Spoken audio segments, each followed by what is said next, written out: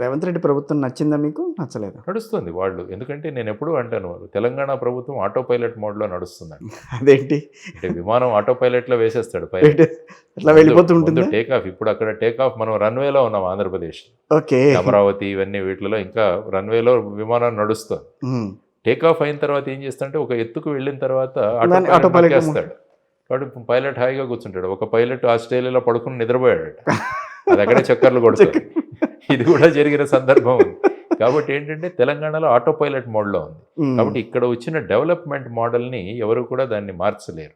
అది ఆ ఆటో పైలట్‌లో నడుస్తుంది. ఇక్కడ ఐటీ సెక్టర్ గానీ, యెస్. ఇక్కడ హెల్త్ సెక్టర్ గానీ, ఫార్మా సెక్టర్ గానీ ఇవన్నీ కూడా నడుస్తాయి. కాబట్టి ప్రతి గవర్నమెంట్ కొత్త విషయాలు ఆలోచిస్తుంది. యెస్. ఇప్పుడు రివర్ ఫ్రంట్ డెవలప్మెంట్ ద్వారా అభివృద్ధి సాధించాలని ఈ ప్రభుత్వం టార్గెట్ పెట్టుకుంది. అవును. మూసీ పరిసరాలు వాటిని శుభ్రం చేసి, పరిశుభ్రం చేసి అక్కడంతా కూడా ఒక లైక్ ప్యారిస్ కానీ, లేకుంటే సౌత్ కొరియా కానీ సౌత్ ఇవన్నీ కొరియా. కూడా నదుల మీద రివర్ ఫ్రంట్లు చాలా డెవలప్ చేశారు. హ్మ్. కాబట్టి ఆ విధంగా బాపు ఘాట్ ఇవన్నీ కూడా డెవలప్ చేయాలని నిన్న ఆయన వెళ్ళారు అక్కడికి. ఢిల్లీ కూడా వెళ్ళి రాజ్నాథ్ సింగ్ గారిని కలిసి బాపు ఘాట్ ఉన్న అక్కడ ఉన్న డిఫెన్స్ ల్యాండ్ అలాట్ చేయమని కూడా వారు అడిగారు. మ్మ్. సో ఇవన్నీ కూడా నడుస్తున్నాయి. కాబట్టి అది మ్మ్. తర్వాత ఏంటంటే ఇక్కడ కూడా మళ్ళా ఆర్థిక పరిస్థితి మీద ఎక్కడ చూసినా కూడా ఈ ఫ్రీ బీస్ వల్లే గవర్నమెంట్లకు ఇబ్బందులు కలుగుతాయి. మ్మ్. కానీ అవి లేకుండా ఎలక్షన్లో గెలవలేకపోతున్నారు. బీజేపీ కాదు ఫ్రీబీస్ అంటే నాకు నచ్చదన్న బీజేపీ కూడా మొన్న ఎన్నికల్లో మొన్న ఫ్రీబీస్ ఇచ్చారు, ఇచ్చింది. మహారాష్ట్రలో ఇచ్చారు ఇచ్చారుగా మరి. లాడ్కీ బెహన్ అని చెప్పేసి. ఆ.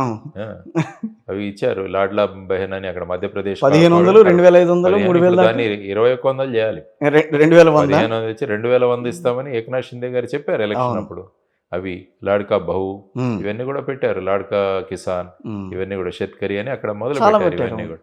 కాబట్టి ఏంటంటే ఇవన్నీ కూడా డ్రైన్ అయిపోతాయి అందులో. Right. ఇప్పుడు లాడ్కి బెహన్ అది ఏదైతే ఉందో 45, 21. 46,000 కోట్లు, Yes. 46,000 కోట్లు ప్రతి సంవత్సరం బడ్జెట్లో కేటాయించాలి. బా.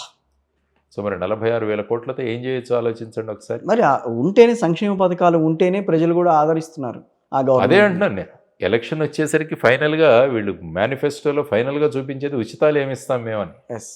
ఉచితాలు ఫైనల్గా ప్రజలు ఏమనుకున్నారు, వీళ్ళు జేబుల నుంచి ఇస్తామన్నారు. కాదు, మనం కట్టే డబ్బు లేకుంటే అప్పు తెచ్చి ఇస్తున్నారు వీళ్ళు. కర్ణాటక, తెలంగాణ, ఆంధ్రప్రదేశ్ ఈ మూడు అట్లాగే నడిచినాయి కదా. మహారాష్ట్ర మహారాష్ట్ర అన్నీ ఇప్పుడు అంతే. మళ్ళీ మహారాష్ట్ర Almost ఇక్కడ కనిపిస్తుంది. మన ముఖ్యంగా ఈ సౌత్ ఇండియా మిగతా పైన కూడా అలాగే జరుగుతుంది. ఎందుకంటే ఎలక్షన్లో గెలవడం అన్నది ప్రధానమైన ఛాలెంజ్ ఉండడం వల్ల అది ఎలా గెలవచ్చు అన్న దాంట్లో ఈ ఫ్రీబీస్ అన్నవి చాలా ప్రధానమైన పాత్ర పోషిస్తున్నాయి. రైట్. మరి వీటన్నిటిని ఇస్తున్నారు కాబట్టి అది ఒక పెద్ద ఇక్కడ ఫైనాన్షియల్గా బర్డన్ కాబోతుంది. ఈవెన్ అక్కడ సూపర్ 6 కూడా చాలా వెళ్ళిపోతే అది కూడా చాలా ప్రభావం చూపిస్తుంది మళ్ళీ. అవును.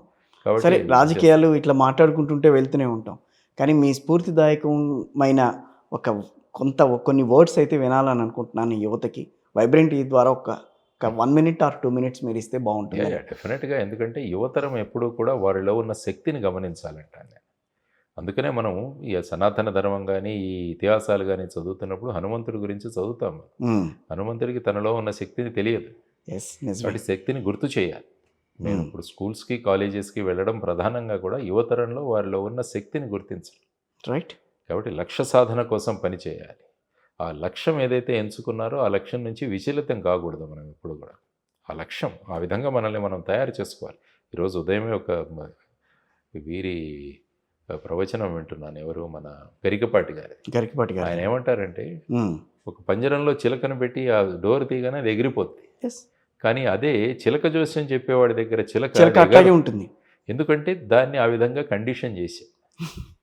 కాబట్టి మనల్ని కూడా ఆ విధంగా లక్ష్యంలో మనం కండిషన్ చేసుకోవాలి. రైట్. తర్వాత మనం చదువు అయిపోయిన తర్వాత మళ్ళీ పేరెంట్స్ మీద ఆధారపడి ఉండకూడదు. నేను కూడా నా చదువు అయిపోయిన మరుసటి రోజు నుంచి నా సంపాదన మొదలైంది. నేను వెళ్ళి బాపట్లలో ఇంజనీరింగ్ కాలేజీలో టీచింగ్ అసిస్టెంట్గా జాయిన్ అయ్యాను. సో నెక్స్ట్ డే నుంచి నా సంపాదన మొదలైంది. కాబట్టి మనం చేస్తున్న కాలేజీలో ఉన్నప్పుడే లక్ష్య సాధన దిశగా లక్ష్యం పెట్టుకుని మనం ముందుకు వెళ్ళగలిగితే, అందుకనే వివేకానందుల వారు అన్నారు ఎప్పుడు కూడా, ఆగద్దు, don't stop until your goal is reached. Arise awake అంటాడు ఆయన. వేకప్ అని లేదు, అరైజ్ అంటాడు, అవేక్ అంటాడు. అంటే నిన్ను నువ్వే జాగృతం చేసుకోవాలి. నిన్ను నువ్వు జాగృతం చేసుకుని లక్ష్య సాధన దిశగా నువ్వు పనిచేసి ఆ లక్ష్యాన్ని సాధించాలి.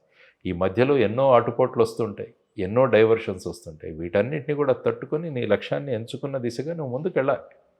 సో ఇవన్నీ కూడా ఈ ప్రస్తుతం వచ్చే ఈ టెక్నాలజీ నుంచి కూడా యువతరం చాలా జాగ్రత్తగా ఉండాలని నేను చెప్తాను. ఎందుకంటే ఇన్ఫర్మేషన్ ఓవర్ఫ్లో అయిపోయింది. ఒకటి కొడితే 100 వస్తాయి. ఎస్. దాంతో మనిషి కన్ఫ్యూజన్ దిశగా వెళుతున్నాడు. కాబట్టి దీనికి కూడా ఒక టైం టేబుల్ పెట్టుకోండి, డిసిప్లిన్ పెట్టుకోండి అంటారు. ఉదయం 1 గంట, మధ్యాహ్నం, సాయంత్రం 3 గంటలు, ఆ తర్వాత లేకుంటే దాంట్లోనే ఉండిపోతే ఎలాగా మనం? చదువే అది అయిపోతుంది, ఆ, మొత్తం అంతా మొత్తం జీవితమే అది సమస్తమే అయిపోతుంది. అదవుతుంది. అంటే వాళ్ళు ఏమైపోతుందంటే మాకు దునియా మరే ముఠ్ఠీమే అంటారు దీన్ని. ఉమ్. ప్రపంచం మా అరచేతిలో ఉందనుకుంటున్నాం. ఏముంది? దీనివల్ల ఏంటంటే మన లక్ష్యమే ముందుకు వెళ్ళట్లేదు. Right. కాబట్టి లక్ష్య సాధన దిశగా చాలామంది ఏంటంటే ప్రభుత్వ ఉద్యోగాల కోసం వాళ్ళు కృషి చేస్తున్నారు, చేయండి. కానీ మనలో ఉన్న ఎంటర్‌ప్రెన్యూర్‌షిప్ ఏదైతే ఉంటుందో, ఉద్యోజకత అంటాం, Yes. దాన్ని పెంపొందించడానికి ఆ విధమైన అట్మాస్ఫియర్ ప్రభుత్వాలు కూడా క్రియేట్ చేయాలి.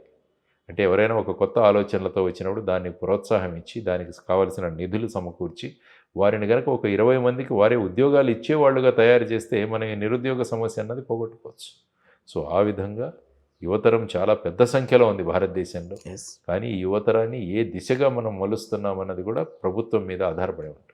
No doubt. అంటే ఒక ప్రవహిస్తున్న నదిని మీరు చక్కగా డ్యామ్ కట్టి దాని నుంచి మీరు ఎనర్జీ ప్రొడ్యూస్ చేసి పంటల